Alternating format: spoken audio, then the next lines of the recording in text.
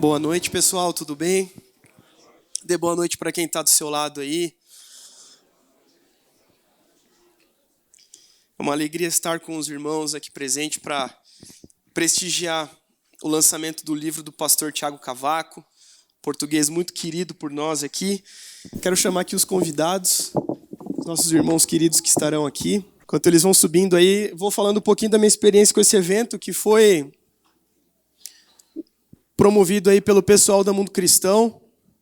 Quando eles me falaram, olha, o Thiago Cavaco quer fazer um evento aí com vocês e o lançamento do livro. Eu falei, olha, eu não tenho nem roupa para me encontrar com esses caras. E aí eu fiquei sabendo que tinha ainda dois professores, dois homens que foram meus professores no seminário, o Thiago Santos e o Jonas Madureira, e o nosso amigo Ângelo Basso. Eu falei, a única roupa que eu tenho é a camisa do Corinthians para usar nesse evento, mas por respeito e amor aos meus irmãos, eu decidi não vir, porque também o meu time não está numa boa fase e poderia ser um pouco ruim, né? Mas, enfim, é uma alegria ter vocês aqui, é uma honra muito grande para nós, para mim. Falei para minha esposa, falei, eu já tenho um pouco de problema para falar, às vezes eu gaguejo um pouco, ainda com esses caras vai ser um negócio meio estranho, mas vai ser uma conversa entre amigos aqui. Nós pretendemos elucidar um pouco das questões que o pastor Thiago Cavaco vai abordar aqui no seu livro. Aqui nós temos o Daniel Faria, editor da Mundo Cristão, um cara muito gente fina, trabalhou nessa obra junto do Thiago. Jonas Madureira, a galera, principalmente da nossa igreja, já sabe, porque cito muito no sermão. Thiago Santos, responsável por eu estar expondo Marcos lá na igreja. Me deu aula no Evangelho de Marcos, um panorama sobre o Evangelho de Marcos. Carol Basso, esposa do Ângelo, um casal muito querido. A Carol nunca tinha conversado com ela. Com o Ângelo tive algumas conversas no Extinto, não sei se Extinto, Clubhouse. Eu lembro que a gente conversou bastante lá sobre justificação pela fé, NPP, um monte de coisa que a gente nem sabe direito, né? E sobre John Piper e outras coisas. E Thiago Cavaco, que acredito que todos já conhecem, esse português tão querido. Se você quiser falar alguma coisa antes de iniciarmos aí, fica à vontade, Thiago. Boa noite a todos. Fabinho, vem, senta aqui. Bem, em primeiro lugar, eu quero agradecer a vossa presença, porque o importante é nós ouvirmos estes amigos. E eu quero já assumir este lançamento deste livro é uma fraude. Foi o melhor argumento que eu arranjei para conseguir estar com estes amigos todos ao mesmo tempo. Até porque eu tinha algumas expectativas de agenda, conseguir fazer algumas coisas. Dois dos meus amigos que tinham prometido fazer coisas por mim durante esta semana, eu trouxe-os para a mesa até para que os possa envergonhar publicamente, porque o Jonas e o Tiago tinham ficado de marcar um evento espetacular que nós íamos fazer e não fizeram rigorosamente nada. E eu pensei, vou usar o pretexto de um livro novo para poder juntar amigos, porque... Mas isso aqui já é um espetáculo, Tiago. E agora vamos ver como corre, né?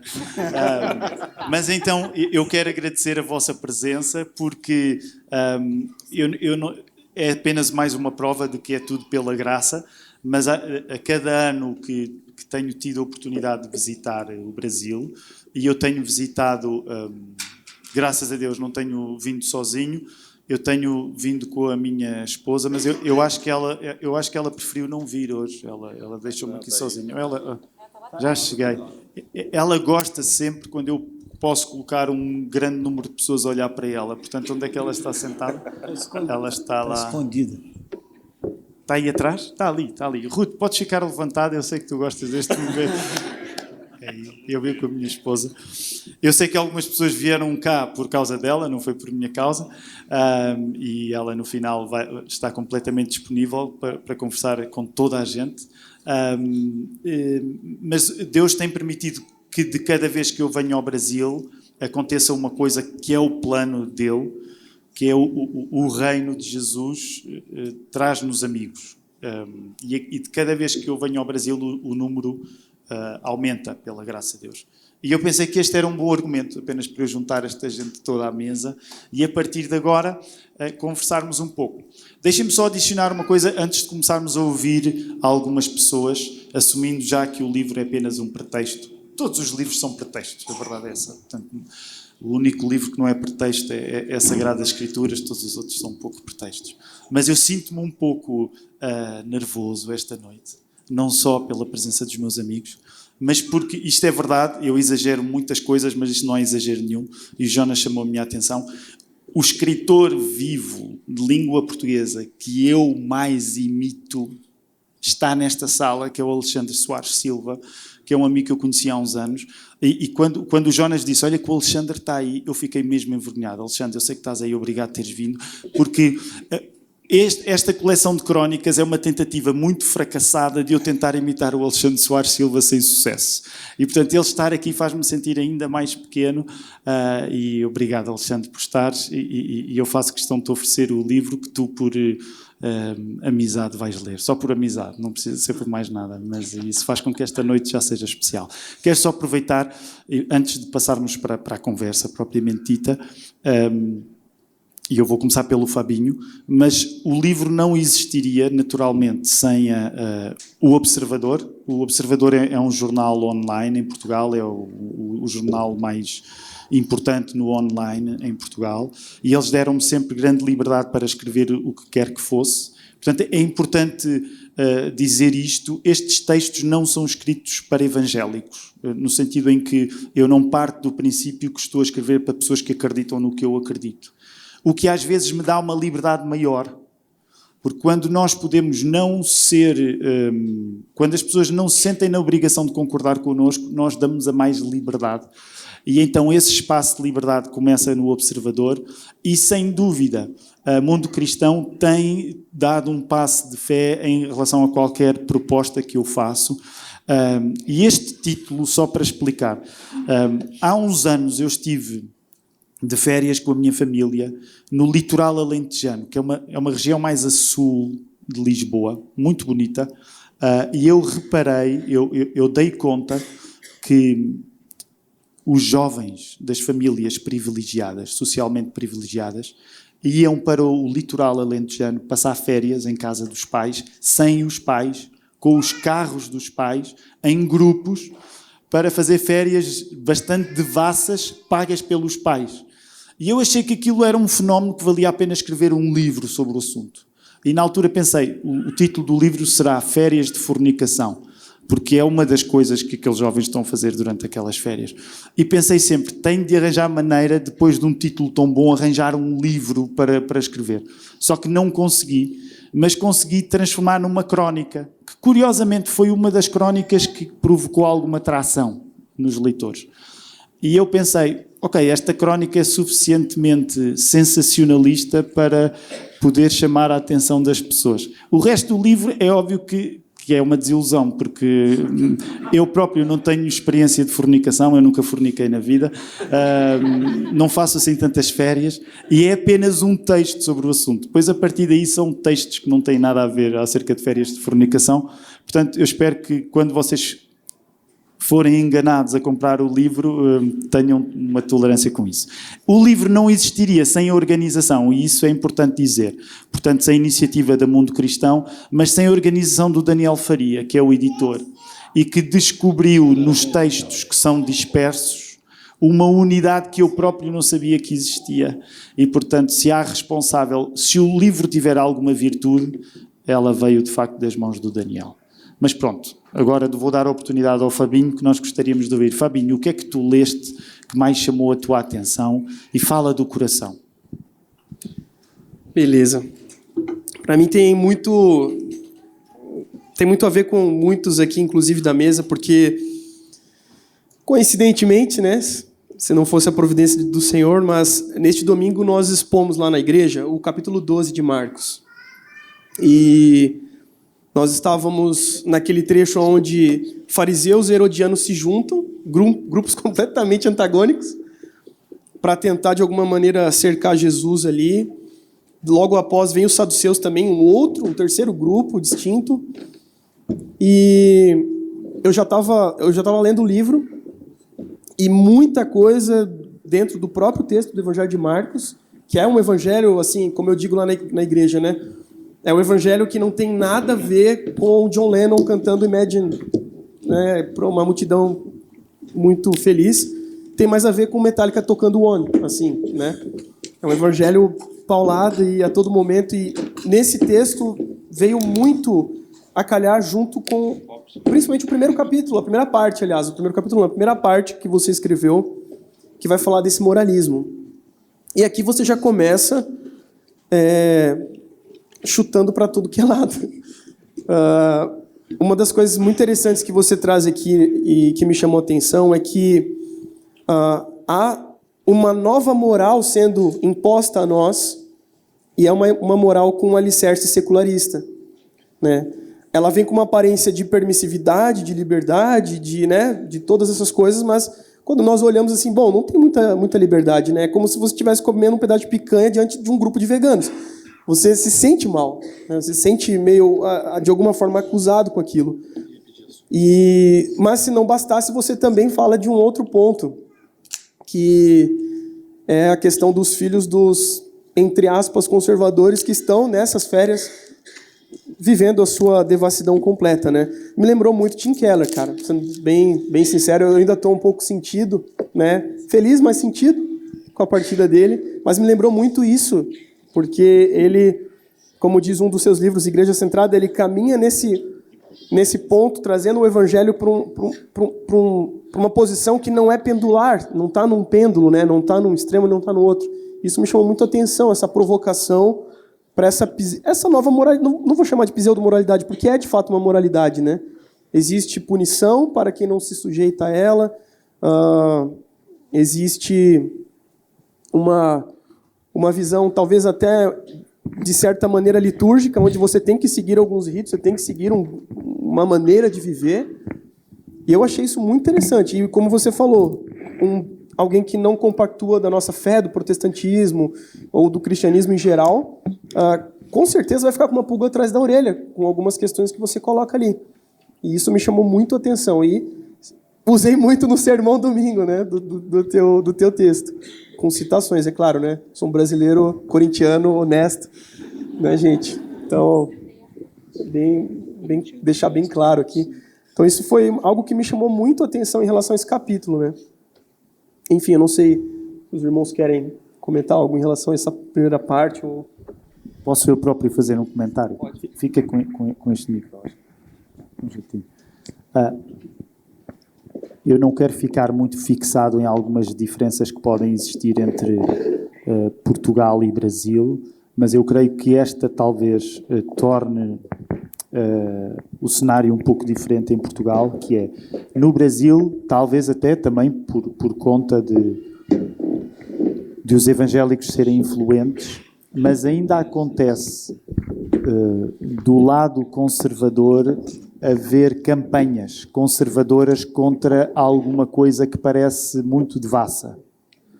Na Europa, pelo menos em Portugal, isso é cada vez mais inexistente, o que significa que há uma contradição curiosa. Ou seja, por exemplo, evangélicos são escassos em Portugal e mesmo tendo em conta a prevalência católica, é muito raro em Portugal haver uma campanha de desejar cancelar alguma coisa por ser liberal demais. No Brasil eu sei que isso ainda acontece, creio que aconteceu com a Porta dos Fundos também, portanto, os cristãos juntam-se e dizem isto é demoníaco, em Portugal acontece praticamente o contrário. Esse é quase um dispositivo já só usado pelas pessoas de quem nós esperaríamos mais liberalismo. Portanto, o que faz com que, de certa maneira, o moralismo já praticamente não exista por parte de conservadores. Talvez no Brasil ainda não seja tanto assim, talvez os crentes ainda se zanguem quando uma coisa parece demasiado má e peçam por cancelamentos, mas na Europa isso praticamente já não existe. O que, de certa maneira, torna o contraste mais contraditório e a arte da moralização é quase só exclusivo dos relativistas morais. Portanto, a contradição acaba por ser mais curiosa. Não sei se fez muito sentido, mas na Europa não há gente boa que se escandalize com nada. A gente boa fica calada e quem se escandaliza é só a gente devassa. Então funciona um pouco ao contrário. Esses dias eu estava falando com um amigo e ele estava comentando comigo que existem os 4 cavaleiros do Apocalipse aqui, né, no Brasil.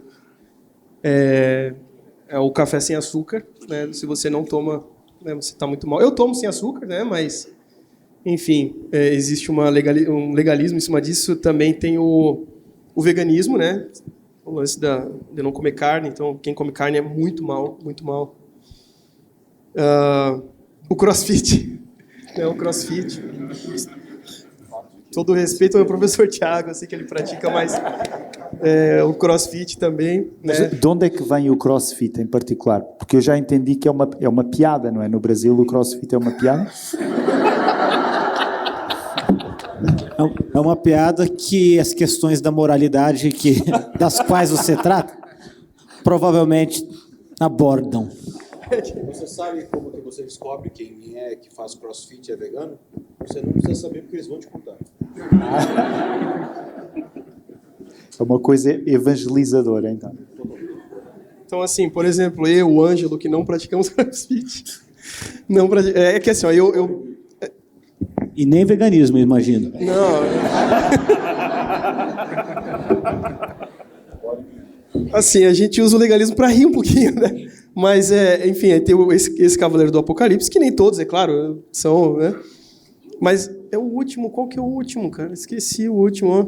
Deve ser a gente, Evangelho. Deve ser. Eu me esqueci. Sou muito libertino, cara, não esqueci. Mas, enfim, aí a gente tava conversando sobre isso, né? O homeschooling, cara. Você não pratica homeschooling, seus filhos não serão salvos no Evangelho. Mas a gente tava conversando sobre isso, até esse meu amigo, e a gente tava falando, cara, às vezes questões assim simples, né, do cotidiano, mas que parece que já demonstram essa áurea, assim, né, de uma propensão, uma posição já de ataque para cancelar, né, cara? E mesmo que sejam brincadeiras e tal, mas eu acho que trazem muito essa questão, né? Eu acredito que, com certeza, o Brasil não está nesse nível, como você menciona, na Europa, em Portugal em especial. Mas, sim, a gente está vivendo uma cultura de cancelamento muito grande, assim, né? Uma nova moral. Eu lembro que na minha primeira semana no seminário, o reverendo Emílio Garofalo Neto pregou lá no culto inaugural.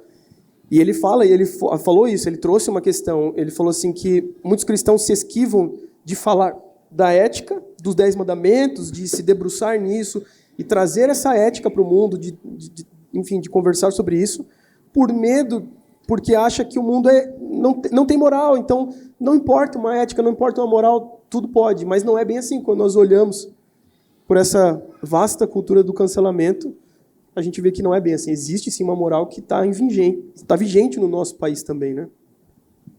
Já que estamos a falar em moral, Ângelo, o que é que tu dirias que, quando pegaste no livro, o que é que está mais contigo?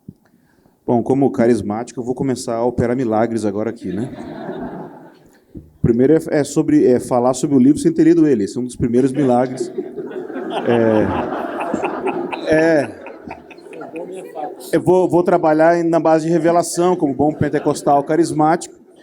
Essa minha... É o lugar de fala que eu tenho aqui, né? Então, quando eu olho para o livro, né, o que eu recebo aqui são algumas coisas, uma junção de coisas, né? A primeira é quanto que eu odeio o Thiago Cavaco, né? A segunda me vem sobre... eu penso sobre tetas, também penso sobre Mamonas Assassinas, sobre o NoFX e sobre o Salmo 131. O que eu quero dizer com isso? Quando você fez a entrevista com o Iago, falando sobre o livro, atualmente estou numa fase, não exatamente de um sabático, porque sabático é quando alguém está bem e vai descansar para recuperar ou para ter um novo tempo. Então, eu tenho vindo de um contexto de 10, 15 anos de ministério ininterrupto e quebrei emocionalmente, então estou focando na saúde e tal. Então, eu estava na esteira, lá, feliz, assim, né, como todo gordo, saindo de uma fase... Você sabe como é que... Bom, você nunca soube o que é ser gordo, mas você consegue tenta imaginar, tenta se colocar nos meus sapatos. Então, eu estava ali e eu coloquei a entrevista, né? E na hora que eu coloquei a entrevista, você começando a falar, nossa, eu senti um ódio tremendo de você. A minha mulher sabe falar muito sobre esse assunto. Sim. E aí aconteceu mais um negócio que eu sei que muitos irmãos, talvez aqui, vão discordar de mim, que talvez acreditam que depois do cânon, Deus pegou laringite, não fala mais, ou só fala versículos, mas eu, infelizmente, sou um carismático que acredita que Deus fala e tal. Peço perdão por isso. Mas na hora que eu vi você dando entrevista, uma inveja muito grande veio no meu coração, do tipo, brother, ele viu os jovens portugueses fornicando, e agora ele escreveu um livro super legal sobre isso. Por que eu não consigo fazer isso, cara? Tipo, é a mesma chateação que eu tive com o Henry Nouwen, quando ele olha o quadro do Rembrandt e escreve um livro inteiro sobre o filho pródigo. Eu nunca ia conseguir fazer isso. Eu ia olhar o quadro e, tipo... legal. Vamos agora olhar Velozes e Furiosos. Sabe? Essa é a minha experiência com a arte. Então, assim... Eu lembro uma vez do Larry Crabb falando como que ele tinha inveja do Philip Yancey, que cada artigo que o Philip Yancey escrevia, ele citava C.S. Lewis, ele citava... tipo isso. Que raiva que eu tenho do Tiago, velho. Aí eu desliguei, assim, a entrevista no início. E o Espírito Santo falou comigo assim, você nunca vai ser o Tiago. E aí me deu esse salmo aqui. Senhor, o meu coração não é orgulhoso e os meus olhos não são arrogantes. Não me envolvo com coisas grandiosas, nem maravilhosas demais para mim. De fato, acalmei e tranquilizei a alma. Sou como uma criança recém-amamentada por sua mãe. A minha alma é como essa criança. Ponha sua esperança no Senhor, ó Israel, desde agora e para sempre. Parece que essa humildade que o salmista tinha e que eu preciso de não tentar ser o Tiago Cavaco que escreve sobre um negócio tão aleatório e fica legal e a gente fica, por que eu não escrevi isso assim? Não consigo. E por que eu não tive essa ideia tão legal? Vem do fato que ele olhou a experiência da criança que amamentada, suprida, estava descansada. E como seu amigo, eu te perguntei, né, se você conhecia a NoFX, porque eu olho para a experiência dessa criança e eu vejo que ela foi amamentada. E quando eu penso nisso, eu lembro na capa do disco do Mamonas Assassinas, que parece que você... Em Portugal, eles também tiveram... Até porque havia uma música, não sei se recordam, uma canção, em que eles brincavam com um vira minhoto, um vira do Minho português. E a capa deles tinha uma mulher com seios de fora, sabe? E uma coisa que eu penso é que o NoFX, porque eu queria esse momento de falar um negócio que só você entende, ninguém mais está entendendo. É que o NoFX, ele é como se fosse o Mamonas Assassinas que entrou pro PT, entendeu? Ou do PSTU, ou do progressismo, sabe? Então, tem algo do punk rock ali, e isso é muito ruim. Por quê? Porque eu gosto muito do NoFX, mas a letra é terrível. E eu vivo essa dicotomia tão grande de dizer assim, nossa, eu sou um pastor, eu não deveria de ter inveja das pessoas, mas eu sinto isso. Então, tem essa dicotomia de você ouvir as notas de uma música de hardcore e você ouvir aquilo e você gostar demais, mas a letra ser terrível. E existe essa dicotomia, talvez, porque a gente nunca se apegou a essa realidade de ser suprido em Deus. Então, eu sou muito grato por você escrever o que você escreve, apesar de eu, às vezes, te odiar profundamente, por você ser essa pessoa maravilhosa que você é e me ajudar tanto a perceber que eu sou pequenininho. Então, você contribui muito para a minha humildade. Inclusive, você está me ajudando muito a me sentir muito humilhado perto dos meus heróis aqui. Minha inteligência está bem humilhada hoje. Pra caramba! Man.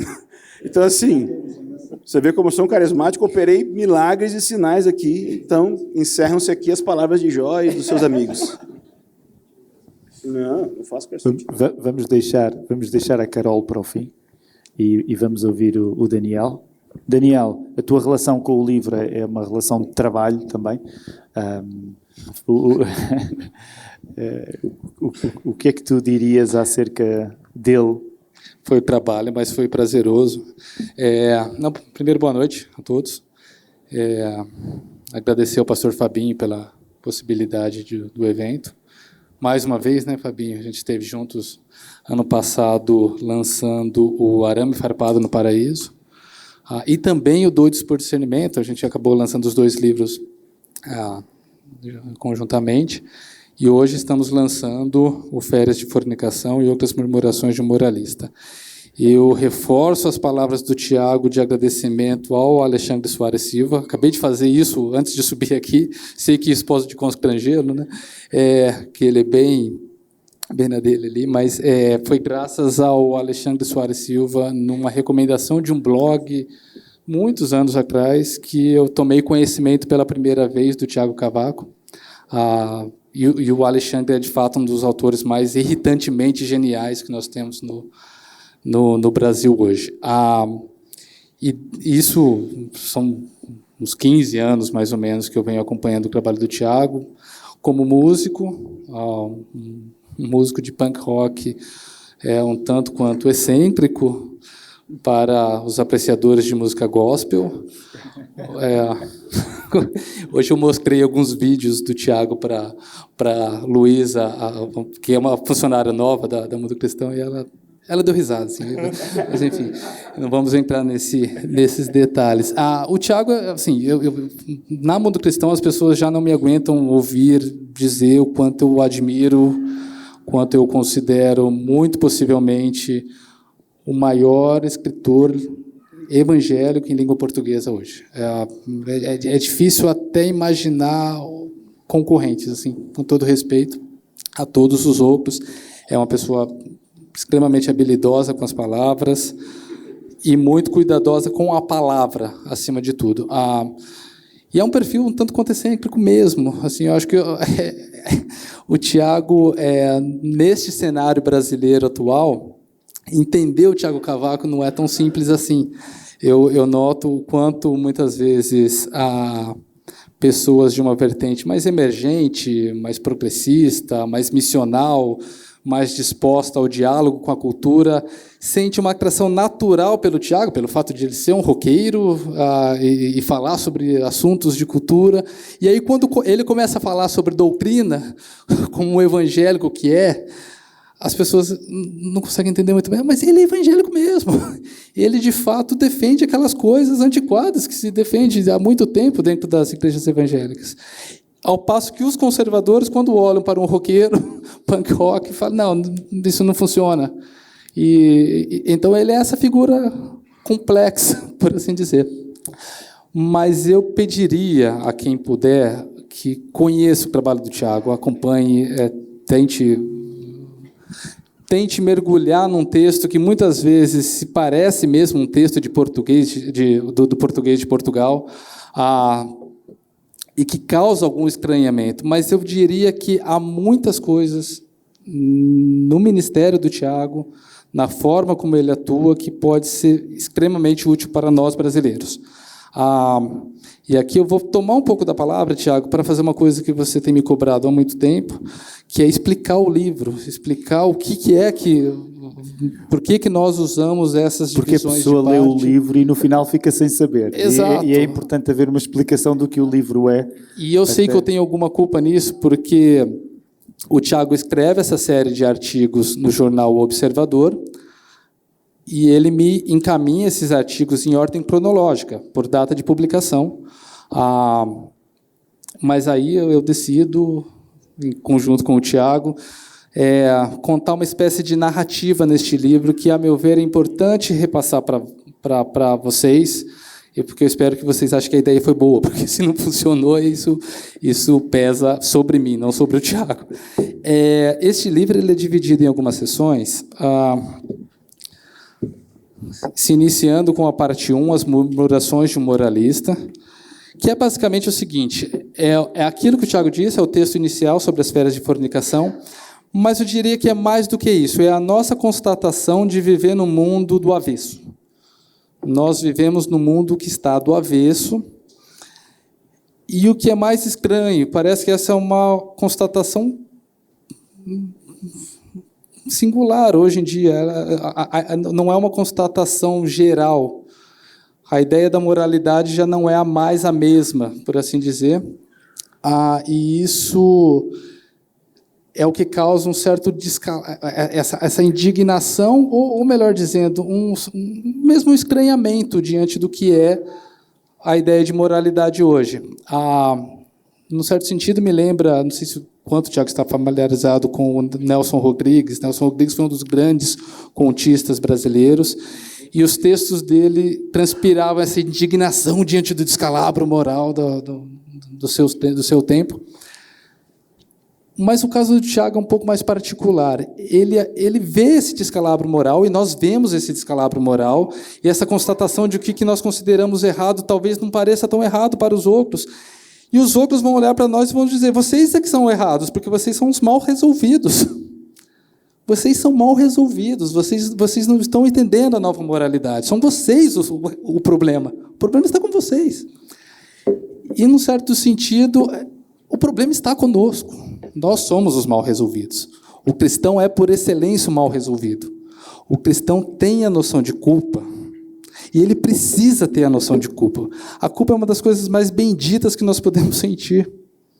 Isso quem diz não sou eu, não é o Tiago, é Agostinho, no trecho sobre a culpa feliz, ou a culpa bendita, que também é um trecho, um dos artigos que trata desse assunto. Mas é essa ideia de uma constatação de que nós não sabemos onde estamos, nós não nos encaixamos, nós vivemos num mundo que parece rumar numa direção, e nós estamos seguindo em outra, e o fato é que isso nos causa uma sensação de que somos outsiders, somos estrangeiros e peregrinos, para usar um termo bíblico.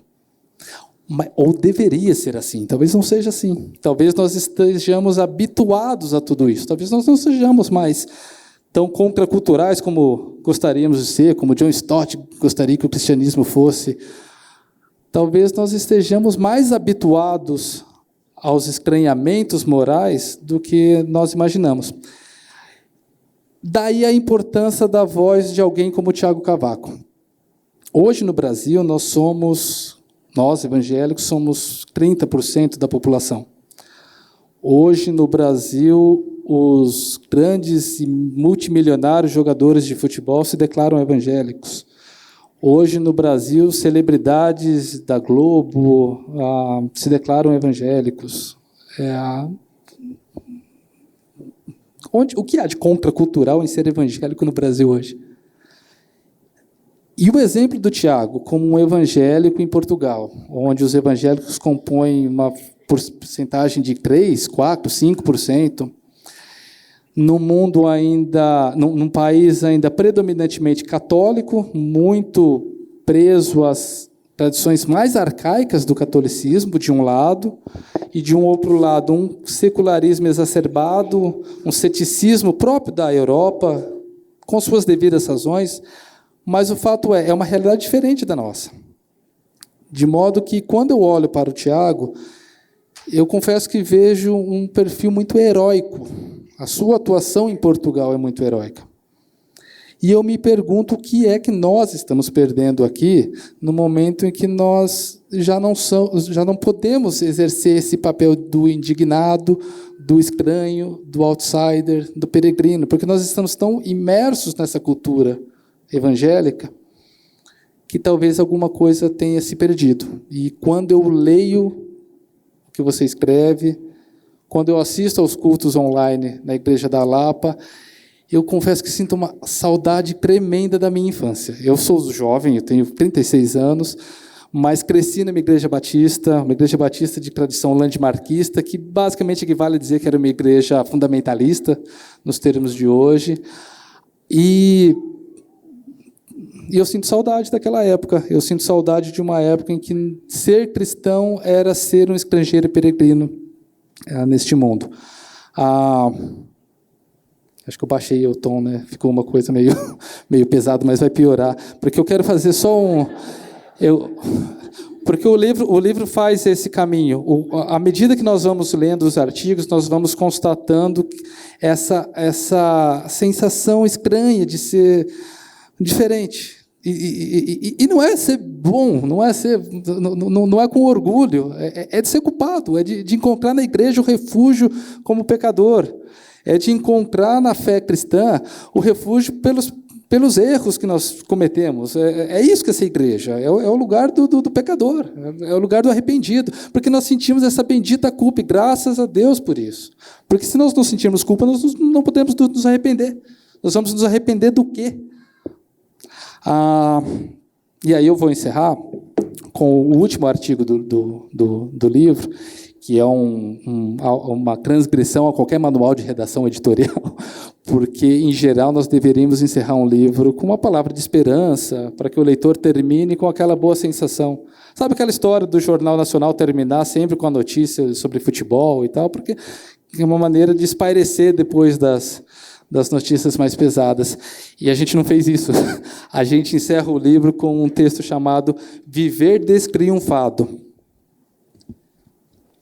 E eu vou ler rapidamente um trecho do livro, em que o Tiago diz o seguinte: o sucesso é sempre um engano provisório. Ganhar, seja o que for, tem muito de paliativo. Qualquer prêmio de primeiro lugar é um prêmio de consolação, porque, mais do que ninguém, é o vencedor o maior derrotado no fato de o universo ser uma máquina imparável de esquecimento. Ao vencedor é sugerido que não nos esquecemos dele, quando é precisamente dentro do vencedor que o esquecimento maior dano provoca. Quem nunca ganhou, nunca foi poupado do sofrimento que é a sua real insignificância. Já quem se habitua a ganhar, habitua-se a tomar a vitória como seu significado natural. Pobre coitado, a caminho de uma grande desilusão vai ele. Aí, Tiago, eu vou passar essa pergunta para você, porque diante dessa sua constatação, e eu acho que neste livro é possível dizer que o fado venceu o punk rock, há uma sensação de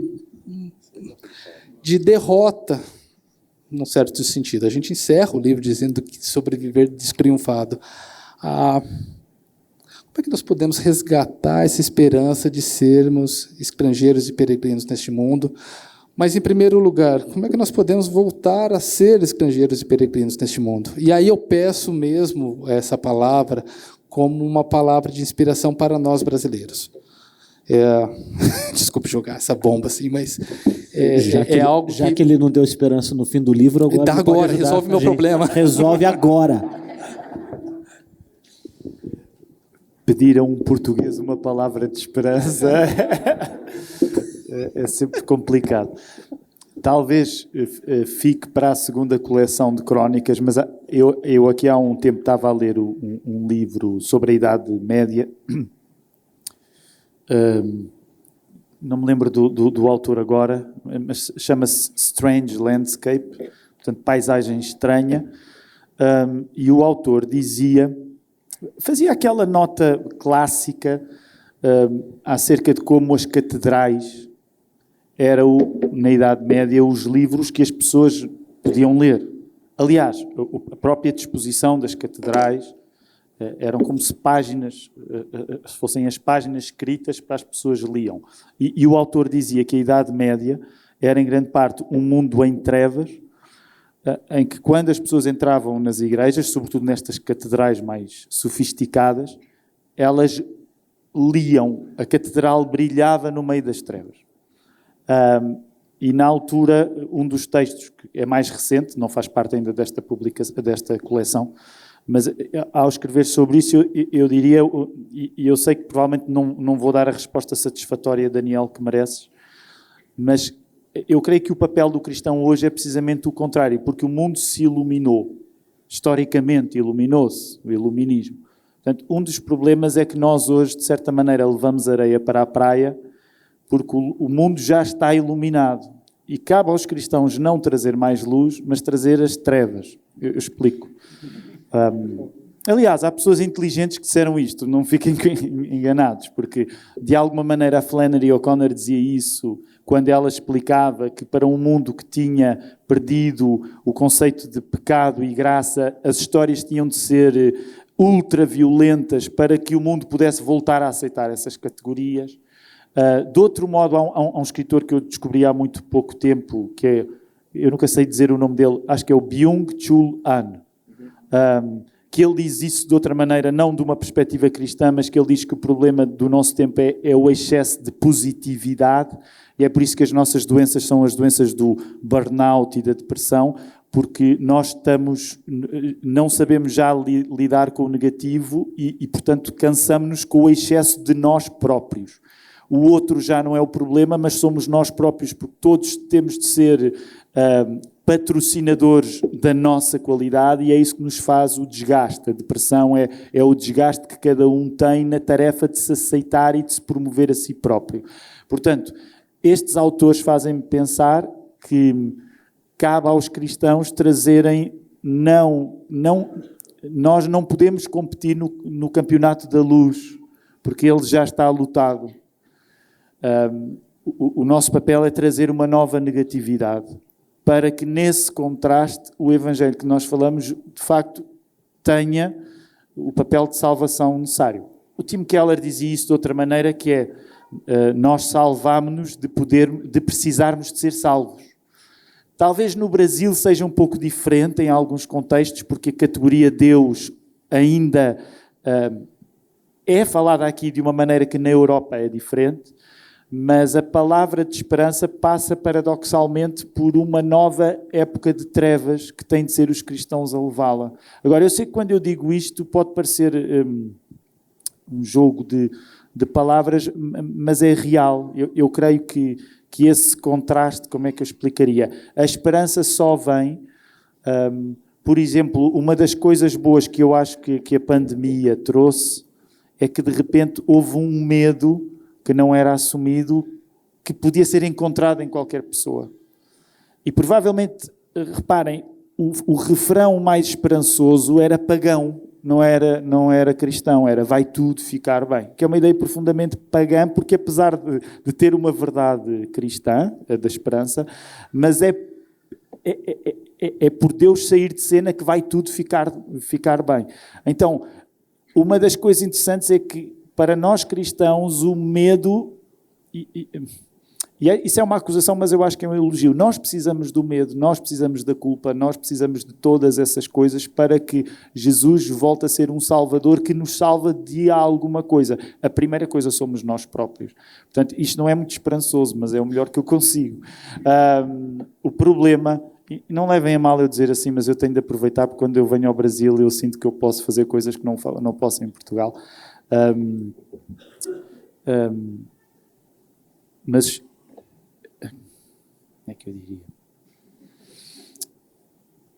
Nós somos todos demasiado saudáveis hoje.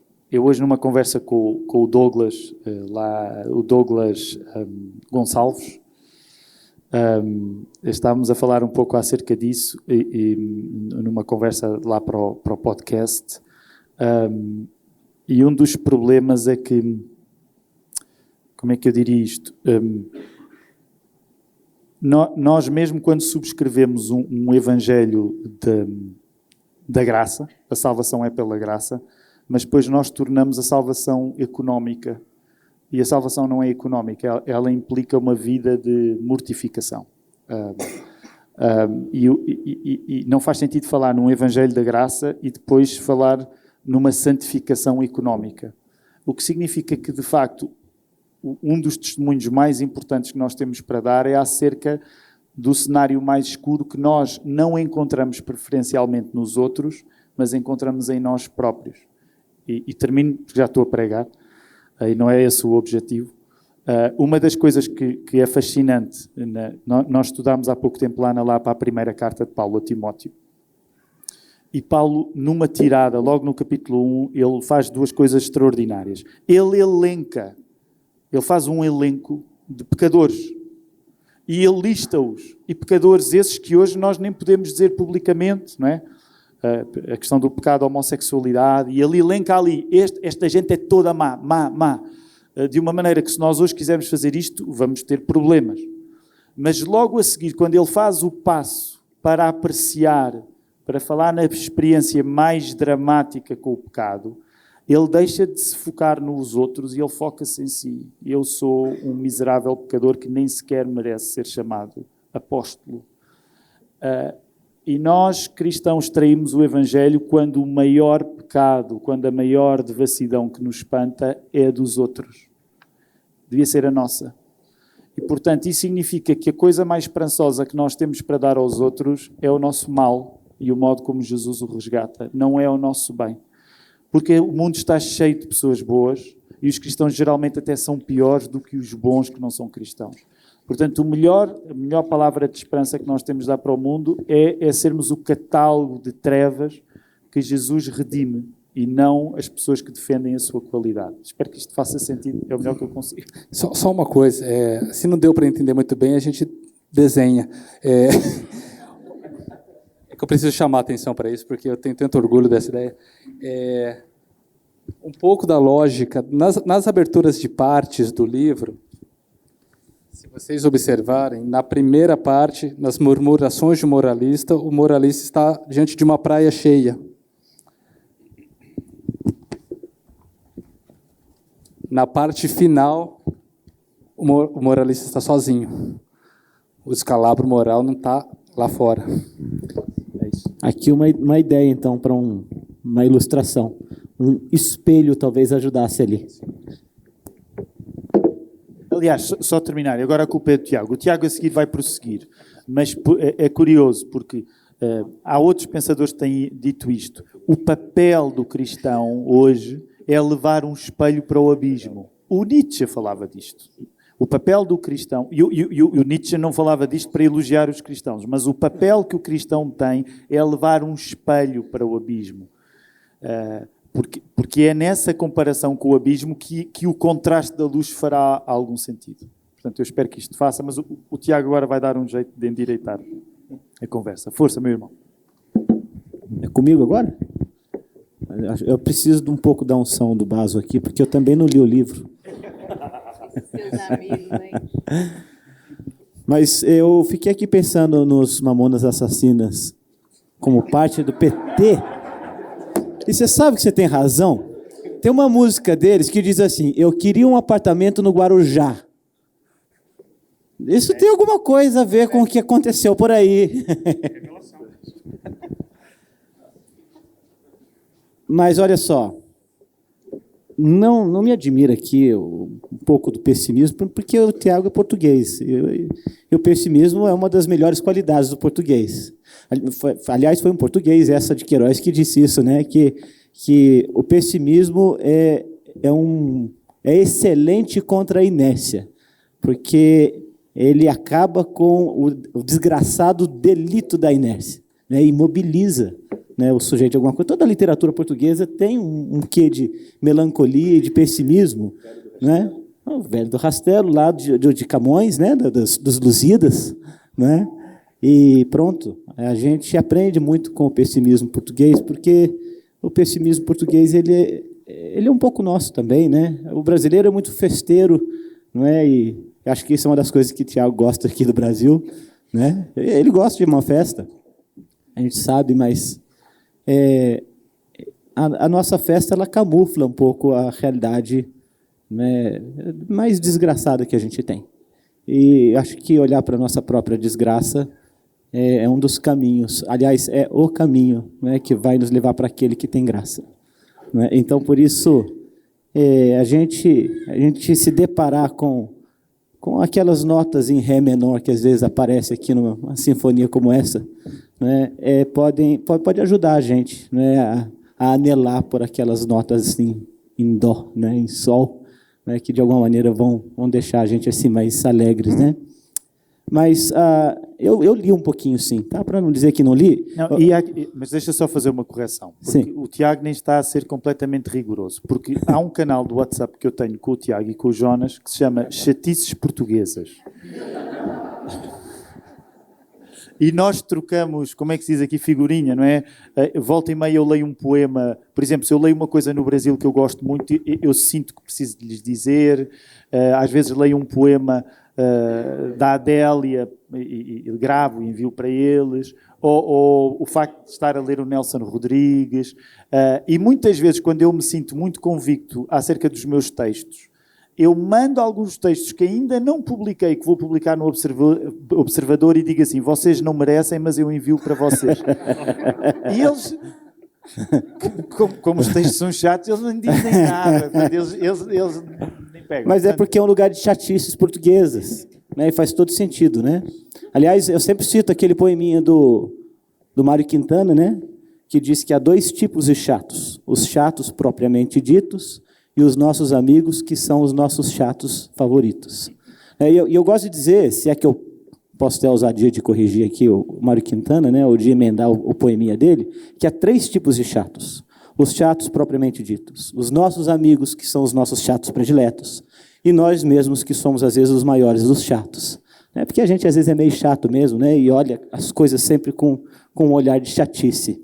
Mas o meu olhar aqui para o seu livro não é de chatice. Ele tem algum quê de pessimismo mesmo, mas acho que isso fala a todos nós. Todos nós andamos com o molho de chaves no bolso.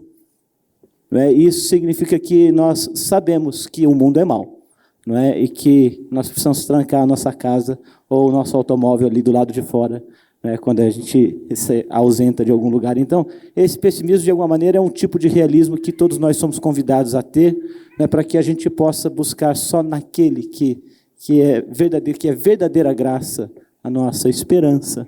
Então, acho que o pessimismo ajuda, viu, Tiago?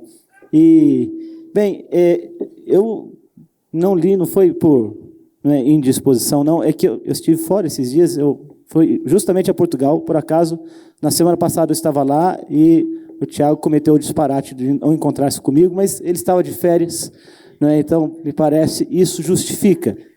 Estava lá na praia, estava observando os fornicadores na praia,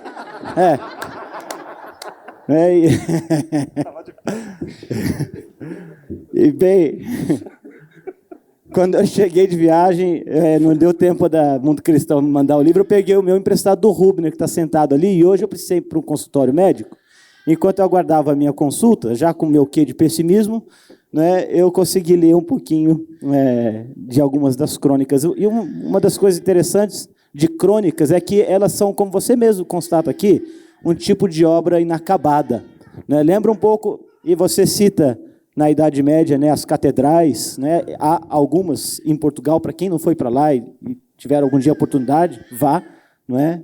É um país maravilhoso, dos meus favoritos, se não o meu favorito, depois do Brasil, claro, e que tem uma característica interessante: a catedral, principalmente as catedrais góticas, são obras inacabadas. Todas elas. Algumas levaram décadas, outras, às vezes, até mesmo séculos, para serem construídas. E quando você visita aquilo e se apaixona pela exuberância daquela arquitetura que fala com você, né? A cada detalhe que ali está, né? Alguma coisa que te comunica algo. Mas elas são todas inacabadas e, de alguma maneira, crônicas são isso, né? São obras inacabadas, né? Que inquietam a gente, que provocam a gente e que deixam na gente aquele gosto de que a gente quer um pouco mais. Eu acho que foi um pouco do que Tiago fez com a gente aqui, nas suas férias de fornicação, ele pretendia escrever um livro sobre um tema, né, e escreveu um capítulo. Mas deixou-nos vários outros capítulos. Aí eu pulei direto para o capítulo sobre os brasileiros, né? Eu sempre gosto de ver o que os portugueses têm a dizer sobre os brasileiros. Faz 20 anos que eu tenho ido a Portugal, por causa do Ministério Fiel, o trabalho que realizo lá, né, e fiz muitos amigos, né, naquela terra maravilhosa, né, e tenho acompanhado nesses 20 anos, né, um pouco dessa relação que eu acho que é ambivalente, né, do português com o brasileiro. Nós somos amados e odiados ao mesmo tempo, né?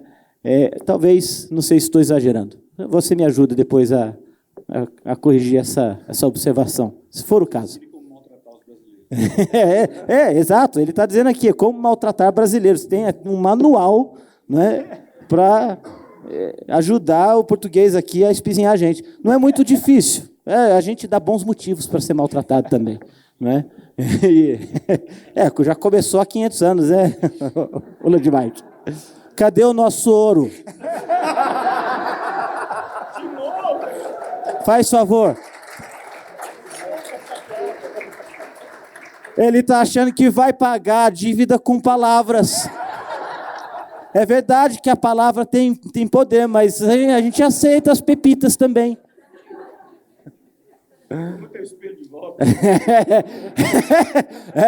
Cadê? Alguém tem um espelhinho aí para devolver para ele?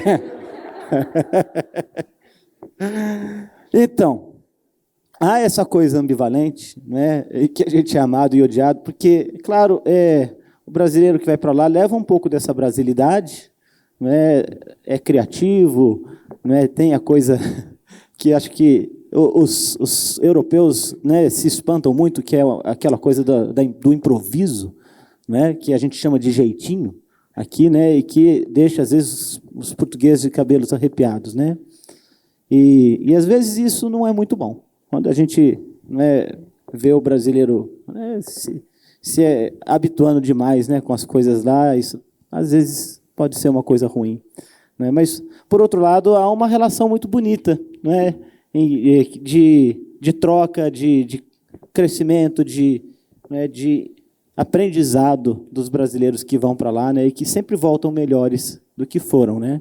Então, visitar Portugal, aprender um pouco com o pessimismo português, né, e fazer com que isso, de alguma maneira, sirva para a nossa própria introspecção, acho que é alguma coisa boa, né, e eu penso que o seu livro aqui ajuda a gente a fazer isso, né? Então, eu quero fazer esse destaque, né, e se você quiser aprender a como maltratar um brasileiro, tem aqui um trechinho que ajuda você a fazer isso, tá bom? Sabem, há uma curiosidade. O Daniel chegou a sugerir que o título fosse esse. Mas alguém, deve ter sido o Mark, da Mundo Cristão, que teve mais tino e pensou que isso talvez não fosse o melhor passo de marketing para. Mas o Daniel sugeriu que o título fosse Como Maltratar Brasileiros.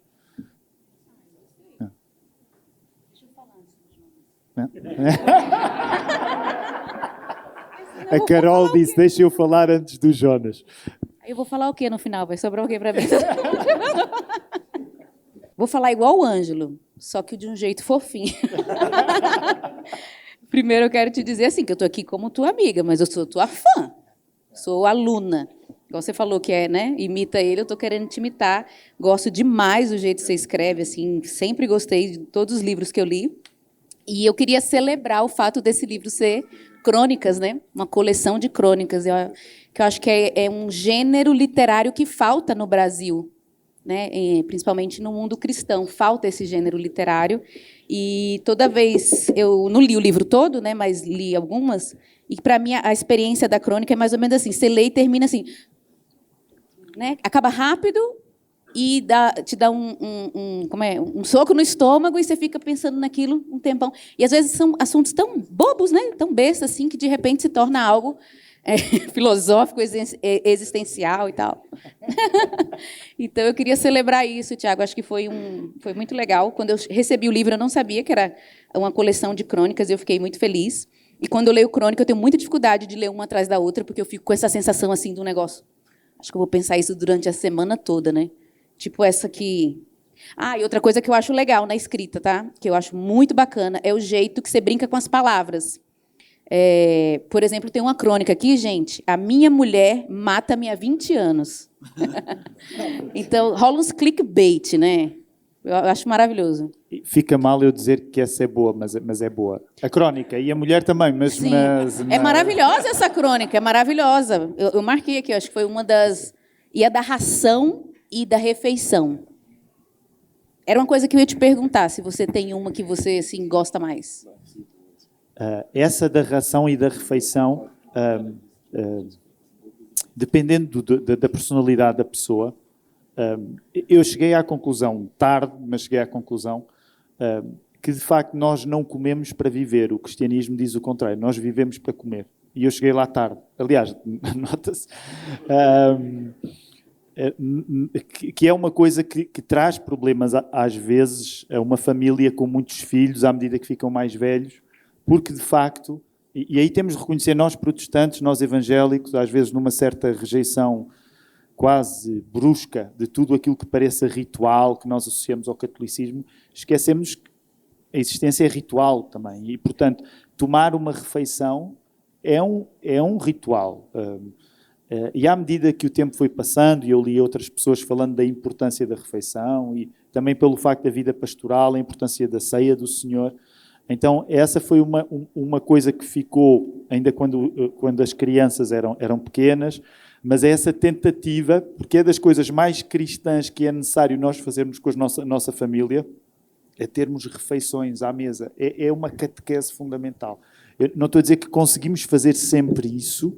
Às vezes a gente dá ração para os filhos, né? Porque ração qualquer bicho come. A gente manda, não é, para o chão, ou seja, e o bicho vai e come. E de certa maneira, na vida moderna, todos nós nos especializamos até juntos a comer ração. Cada um vai. E na casa da família Cavaco há ocasiões para rações. Cada um vai e come a sua ração. A gente diz que cada um trata do seu, não é? E a pessoa vai e come o que quer. Mas há aquela tentativa de nós precisamos de fazer isto, sentarmos à mesa e comer juntos. Porque o cristianismo acredita que nós existimos para isto. O céu é a mesa, é a refeição, é a boda do Cordeiro. E nesse sentido, ainda hoje, para uma pessoa que, como eu, perde o apetite facilmente, eu tenho de me lembrar de eu preciso não só comer, mas eu preciso de educar-me a compreender o sabor daquilo que está na mesa, a envolver-me com a história do que está na mesa. E essa é uma das coisas que muitas vezes se perde, e para quem não vem, às vezes, de famílias privilegiadas e nunca teve acesso à grande cozinha, associa isso a uma coisa assim, finória, mas que é da fé. Nós precisamos nos envolver com aquilo que comemos, porque Cristo é comida. Não é? E então essa é uma... Eu não sei se ela surte efeito, mas é uma das crónicas. Só para ir à da minha mulher, mata-me há 20 anos, e ela está aqui. A tese é simples. Ela já está, de alguma maneira, num livro que já devia ter sido editado no Brasil, que é o Felizes para Sempre e outros equívocos acerca do casamento, e que vai ser editado pela Vida Nova. Só que ele foi escrito há 10 anos. E, portanto, eu e a Ruth, com 11 anos de casamento, não corresponde bem a eu e a Ruth com 21 anos de casamento. Então ela agora está a rever o livro para adaptar a algumas partes, e eu ia dizer para censurar o livro, mas não, é para adaptar e para dar a perspectiva dela. Então é por isso que o livro tem atrasado, porque ela ainda não acabou esse trabalho. E ao dizer isto, eu quero projetar uma sombra de censura sobre o atraso dela, mas esse livro, de certa maneira, já trazia essa tese de que o plano de Deus para o casamento é à semelhança da cruz, é que o marido mata a mulher e a mulher mata o marido. Porque se o marido quiser sobreviver ao casamento, isso tem um nome, chama-se divórcio, que é aquilo que nós fazemos para continuarmos a ser as mesmas pessoas que éramos quando casámos. O plano do casamento é um plano de morte e ressurreição. A Ruth é a pessoa que mais eficazmente impede que o Tiago de 2002 continue a existir. Porque se eu quisesse ser o mesmo Tiago, o casamento já tinha acabado há muito tempo. Então, a Ruth é de facto a pessoa, além do Espírito Santo, que Deus mais usa para que eu me mortifique e deixe de ser o Tiago original. E a nossa mulher matar-nos é a coisa melhor que nos pode acontecer. Então é um pouco acerca disso. Queria só... Você ia falar? Não, só ia dizer que quando falou em ração e comida aqui, o Jonas ficou tão animado.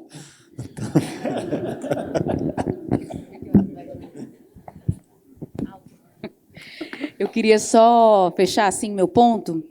O Ângelo contou um pouco do testemunho dele, eu quero contar assim do meu. E falando desse pessimismo, né? Tem um tom pessimista e ao mesmo tempo eu acho que são doses saudáveis de sobriedade, sabe? Que eu sinto nos seus textos, não só nesse livro, mas nos outros também. E de forma pessoal, o Ângelo falou da inveja, né? Mas eu falaria o seguinte, acho que eu incluiria até a Ana Ruth, a família toda. Vocês me ajudam muito a perceber a sobriedade no meio desse carnaval que é o Brasil. Vou falar de um ponto negativo, assim, eu amo o Brasil, amo tudo que Deus está fazendo no Brasil e tudo mais, mas muitas vezes tem um carnaval rolando assim no meio gospel, né? E o Instagram é uma prova disso, como que eu estou ali dentro, né? Eu faço parte, mas a gente tem os maiores números do mundo, né, no Instagram, e eu estou no meio desse carnaval também, e quando você escreve, traz muita sobriedade para mim. Então, eu queria te agradecer, meu amigo, pela sobriedade que você traz da sua vida. Eu nunca esqueço, por exemplo, uma coisa simples que vocês falaram na TV sobre casamento, como que no Brasil os casamentos eram muito luxuosos e as pessoas tinham uma vida muito mais simples e que não condizia nem com a roupa que ela estava vestindo. Eu lembro que, para mim, aquilo foi um choque. Falei, meu Deus, é verdade, é uma coisa cultural, né, que a gente tem e tal. Então, eu acho que a gente tem essa bênção assim, dessa comunhão Brasil-Portugal, e eu gosto muito de ver ver o Brasil pelos olhos de um português cristão. Me abençoa demais. Então, acho que o livro traz essa bênção para nós aqui, brasileiros. Obrigado. Só duas coisas antes depois de terminarmos com a palavra da sabedoria máxima do Jonas Madureira. Mas que eu não resisto, a culpa é tua, falaste nos casamentos do Brasil. O Brasil tem uma tradição de produção, o brasileiro tem a ideia de que o Brasil, a nível de produção de imagem, é uma potência mundial, sem dúvida. O meu estranhamento é que muitas vezes eu via fotografias dos casamentos das famílias brasileiras que chegam lá a Lisboa e era tão Hollywood que eu não reconhecia os noivos nas fotografias, sobretudo as noivas. Eu não reconhecia a noiva. E isto é horrível de se dizer, mas eu tenho de confessar o meu pecado. E eu pensava, isto deve ser terrível para o noivo. Porque no dia do casamento tu casaste com uma atriz de Hollywood e no dia seguinte ela... E eu pensava, como é que o brasileiro não fica deprimido com isto? Porque eu ficaria, o português ficaria deprimido se eu casasse com uma Ruth que no dia seguinte não correspondesse inteiramente. Faz lembrar a história de Raquel e Lia, mas pronto, talvez isso seja o meu olhar pessimista português. E só para dizer o óbvio, se há capítulo de sobriedade, de facto, na vida da nossa família, ele tem um nome, é Ruth, não é o Tiago. É claramente, sobriedade existe na família, a culpa é da Ruth. E agora, Jonas. Boa noite a todos. Tiago, obrigado pela oportunidade de estar aqui. Do lado de um... Eu ia chamar Ó Diabo para você, mas o Ó Diabo do João Pereira é para o Tiago que está aqui do lado. Mas foi uma alegria enorme ler teu livro, gostei demais. Estava comentando aqui com o Daniel, parabenizando também o trabalho do editor, que eu acho que esse é um trabalho interessante do autor com o editor, e esse é um dos momentos mais criativos na vida de um autor, é quando ele encontra um bom editor. Porque um péssimo editor, né? Pode estragar a obra, né? Pode estragar o texto, né? Então, seu texto é um texto que mexeu em vários aspectos. Assim, a gente já conhece o seu pessimismo, e todo mundo já viu aqui, não é? Mas, em algum momento, esse pessimismo tem que levar a gente para algum lugar. Ele não pode ser niilista. Eu estou lidando com um pessimista niilista ou com um pessimista cristão? Seu livro vai enganando a gente até o meio. No começo a gente vai falando assim, os mais evangélicos, assim, do ponto de vista da preocupação, ciosa, com cadê o evangelho, fica desesperado, não vai aparecendo aqui, né? Só lampejos, né? Então, e a gente fica assim, pô, mas que pessimismo é esse? Para onde ele está levando a gente, né?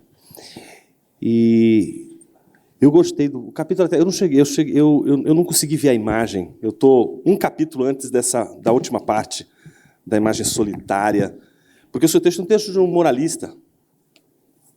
E um pessimista moralista, de alguma forma, tem que apresentar para a gente as razões disso. Tem que ter alguma coisa ali. Não pode ser só uma fluência estética, senão vira mero esteticismo. Então, é um livro bonito, bem escrito, bem elaborado, palavras, trocadilhos interessantíssimos. Então, tudo isso vai envolvendo, mas não é possível, tem que ter alguma coisa aqui que vai pegando a gente, né? Que, de alguma forma, leva a gente a refletir sobre qual é o fundamento dessa discussão moral que se levanta aqui. E é interessante, para mim, eu vou discordar aqui do João Pereira, Coutinho, com relação ao melhor capítulo, porque aí cada um tem o seu gosto, né? Para mim, o melhor capítulo é o dom e a doença. Até agora, falta ler o restante. Mas o dom e a doença, ali veio o peso, a gravidade do fundamento de todo o seu texto. Todo escritor é um doente. É um doente. Porque escrever é, de alguma forma, lamber sua ferida. É, de alguma forma, encontrar uma doença que não está no outro, não está no mundo, sem antes estar primeiro no escritor. E quando a gente esconde essa doença, não é? Os textos eles só são estéticos. Quando essa doença não aparece, ele é bem construído, ele é bem elaborado, mas se não tem a doença, ele não é real. A gente não toca. Ele deixa de ser um texto que simplesmente poderia trazer alguma contribuição intelectual, alguma contribuição estética, mas quando ele tem a doença, ele tem mais do que isso. Ele tem aquele espelho que faz a gente enxergar essa doença. O Maurice Blanchot, num livro chamado Espaço Literário, diz que todo texto de um escritor é só a sombra da obra. Então, quando ele tenta descrever aquela ideia, a noção do espaço literário, a preocupação dele é o seguinte: a obra de um autor nunca é dada. Todo texto é uma sombra dessa obra, que é uma doença que ele enxerga, é uma dor que ele vivencia. E quando você escreveu esse texto, lá pelas tantas você disse o seguinte, e eu termino com isso. Você disse assim: é nos píncaros do que criamos que podemos dar as maiores quedas. É nos píncaros do que criamos que podemos dar as maiores quedas. Aqui é a diferença entre o criado que cria e o não criado que cria. O que não é criado não cai, mas o que é criado, quando cria, experimenta a queda. Quando eu li esse texto, obviamente, ele tem no capítulo anterior uma preparação que é de um... Você e o Tiago Santos me fizeram acreditar novamente no Tarantino.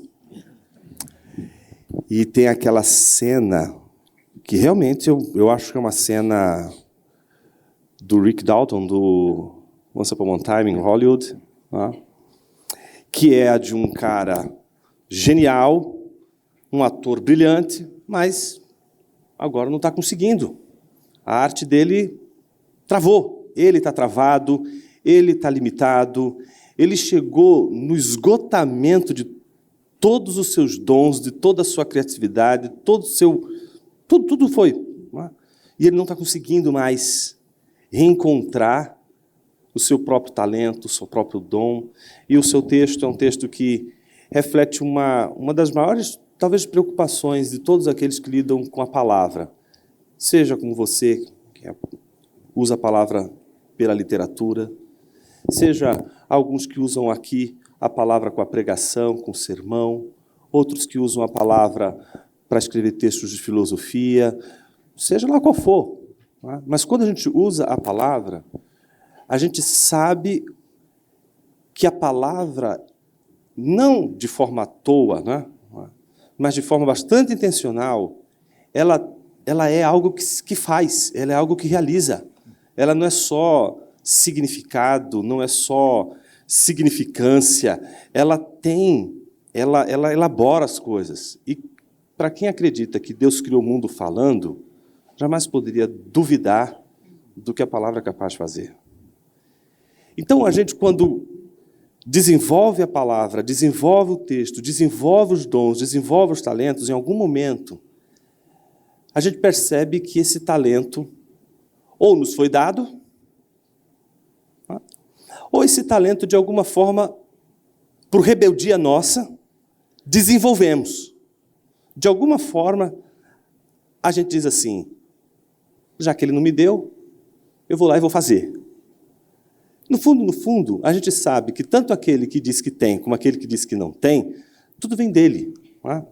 De alguma forma, a gente reconhece em toda dádiva a beleza da dádiva, que é o seu efeito, a criação, a arte, a beleza, tudo aquilo que constitui, que é uma dádiva.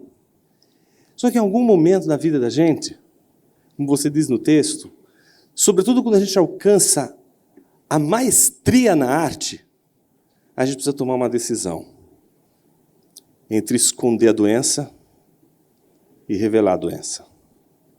Eu fiquei tão curioso para saber qual é a sua doença. Eu acho que um fim melhor, em vez de eu revelar as minhas doenças, que eu acho que são um pouco explícitas, mas é voltarmos, eu acho que seria um final perfeito do evento. Até porque esta é uma conversa que, de facto, eu, o Tiago e o Jonas temos tido ao longo dos anos, nos últimos tempos, por causa do Quentin Tarantino. E eu não sei qual é a vossa relação com o Tarantino, mas a minha nem sempre foi linear, mas o último filme dele é, de facto, eu vou estragar, se eventualmente alguém não ouviu, porque eu vou dar um spoiler. Não é? Porque o último filme dele, e foi por isso que eu e o Tiago evangelizámos muito o Jonas, a ele voltar a ver o Tarantino, o Once Upon a Time in Hollywood, como é que chama? Era uma vez em Hollywood também. Então, essa é a minha tese. Sabem que eu tenho esta discussão com o nosso amigo Iago Martins às vezes, porque eu digo, Iago, se a gente analisar tudo de uma forma cristã e descobrir cristianismo em tudo, de certa maneira, nada é cristão, nem nada é nada. E eu acho que às vezes acontece muito em contextos mais legalistas, e eu sei que o Brasil, de certa maneira, sente essa pressão, que é, como muitas vezes houve uma tendência, em Portugal também, o crente não vê, e depois vem o pêndulo, que é o crente passa a ver tudo e a ver Cristo em todo o lado. E eu acho que é muito irritante o cristão começa a ver Cristo em todos os filmes. E não, às vezes dá-se só vontade, não cristianizes, vê o filme. Então eu e o Iago temos muitas discussões, às vezes, por causa disto. E eu não quero cometer o erro que eu acho que às vezes é um excesso que nós evangélicos chamamos. Não, estão a ver a graça comum aqui, ou... É óbvio, graça comum há em todo o lado. Não é? Mas então, o filme do Tarantino, uma coisa que tem, a culpa é do Jonas, porque ele lembrou, o Leonardo DiCaprio faz de Rick Dalton, que é um ator caído. Ele continua a ser um ator celebrado, mas de certa maneira o seu tempo já passou. Que é o pior que pode acontecer, é o sucesso de alguém, não é? Porque o sucesso de hoje vai sempre ser o sucesso com tempo, com limite. E ele tem uma paixão imensa para voltar a se ingrar na vida. Depois ele vai para a Itália, faz aqueles western spaghettis, porque o Tarantino é um fã dos western spaghettis e arranja maneira de fazer homenagem aos western spaghettis através desta homenagem, através do Rick Dalton. E quando ele volta, a vizinha dele é a Sharon Tate, que estava no auge da carreira dela. Eu lamento o spoiler que eu vou dar, mas vocês conhecem, a Sharon Tate foi assassinada pelo Charles Manson, não é? Em 1969. Há quem diga que é ali que acabou-se o sonho hippie, com os hippies a serem protagonistas de um assassínio sangrento, a Sharon Tate, quando ainda por cima estava grávida. O Tarantino faz uma coisa que já tinha feito no Inglourious Basterds, que é ele mexe com a história. Portanto, não sei se se lembram, quem viu os Inglourious Basterds, eles matam o Hitler no final. E caso vocês não saibam, o Hitler não foi morto na livro. A minha parte portuguesa é ruim. Portanto, o Tarantino brinca e muda a história. E quando o filme está a acontecer, ele muda a história e eu acho que é o filme em que o Tarantino tem um final estranhamente redentor, como nenhum outro filme tinha tido. Porquê? Porque a Sharon Tate, subitamente, ao contrário do que nós estamos à espera, ela sobrevive, ela não morre. Portanto, a Margot Robbie não morre. E no meio de uma personagem incrível do Brad Pitt, que é o guarda-costas do Leonardo DiCaprio, que tem uma cena incrível com o Bruce Lee, para aqueles que viram, vocês têm de ver, em que ele dá uma tareia no Bruce Lee, o Brad Pitt, e tem muita graça.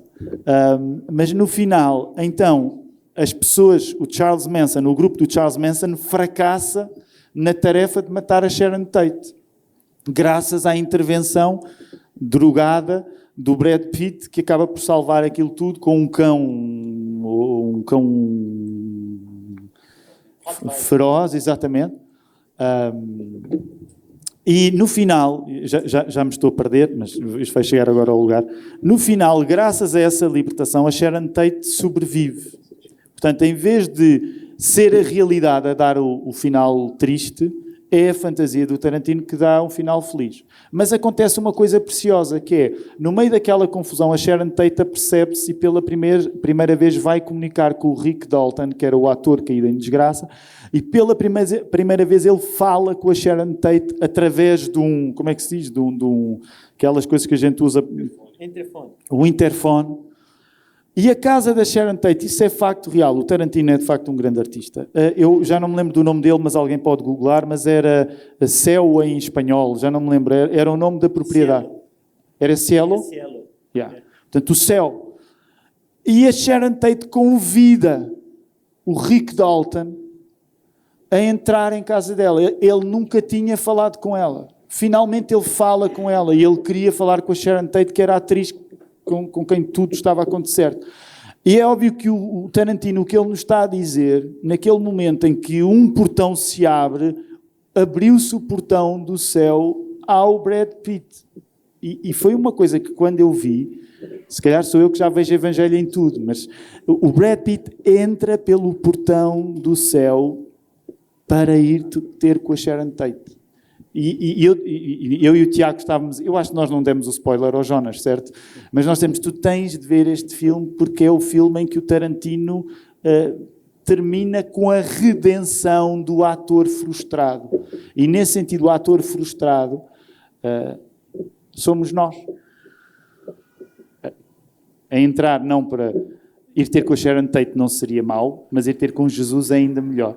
Aí é entrar, nós frustrados, e o portão do céu abre-se para nós. O Tarantino, de certeza, que pensou em tudo isto que estava a fazer. E então, eu acho que será bom se vocês saírem daqui, idealmente comprando o livro, e forem ver o filme do Tarantino, e se tiverem questões éticas em relação a isso, adressar naturalmente ao Instagram do pastor Jonas Madureira, que ele vai responder.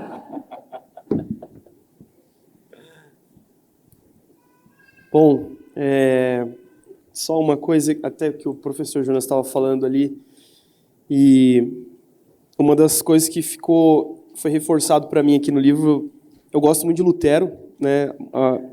Algumas pessoas aqui sabem disso, o quanto foi importante para mim ter contato um pouco com a história deste controverso reformador, uma das coisas que você encerra um dos capítulos, eu não me recordo qual deles, você traz à tona a simultaneidade de ser pecador e justo, né?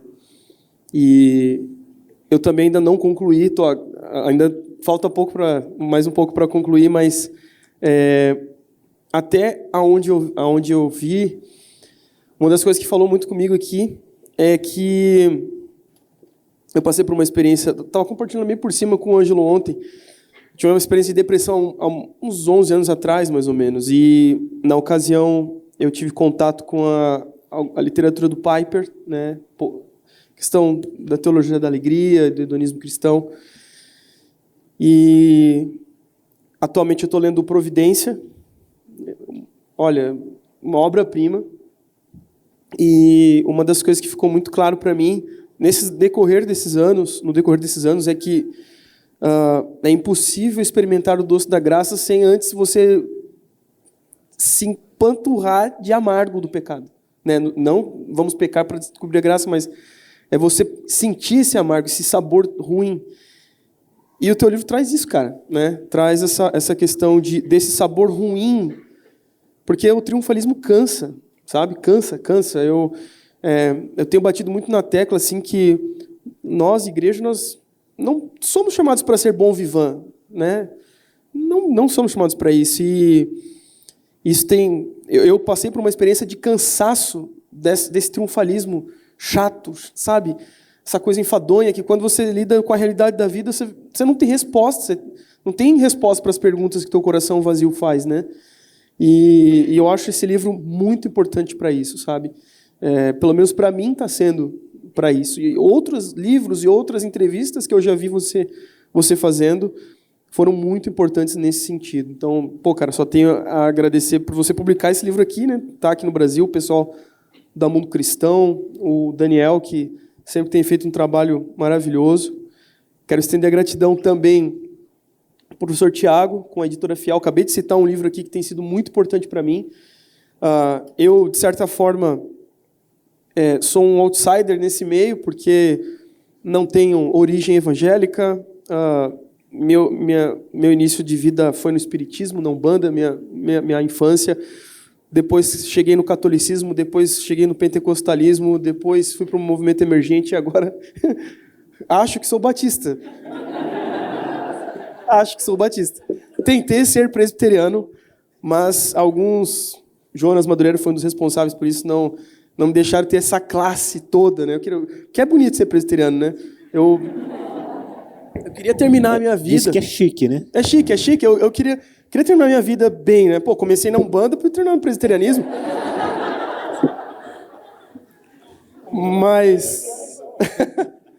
Mas, cara, a minha infância foi ouvindo Ramones, foi ouvindo essas coisas, né?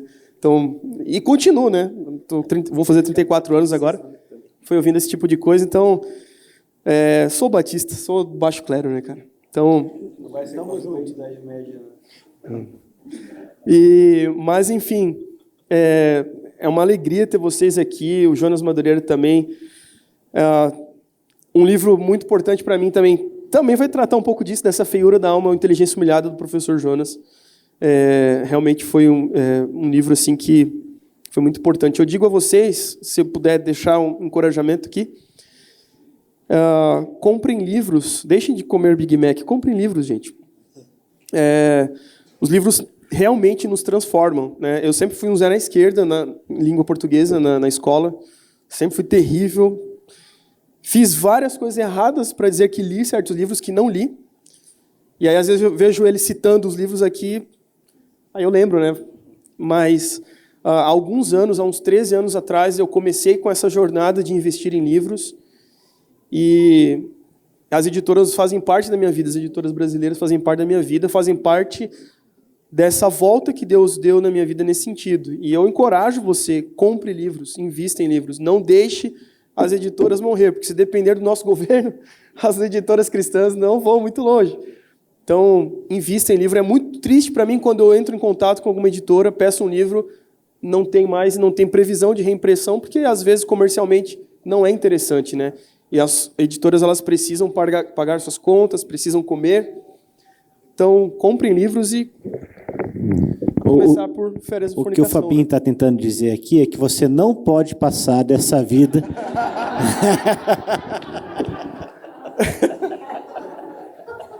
Tiago, uma bênção ter você aqui. Cara, uma honra ter você aqui com a gente também. O pessoal da nossa igreja está aqui também.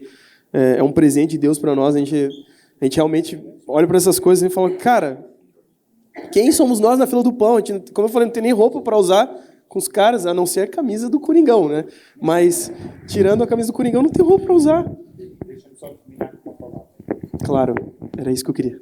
Que é de gratidão. E aproveitar para dizer que a Brenda e o Michel, eu estava a ver, qual é o apelido dele? O Rutzmann, né? Eles estão na Lapa agora, portanto, gente da cidade 5 que veio para lá.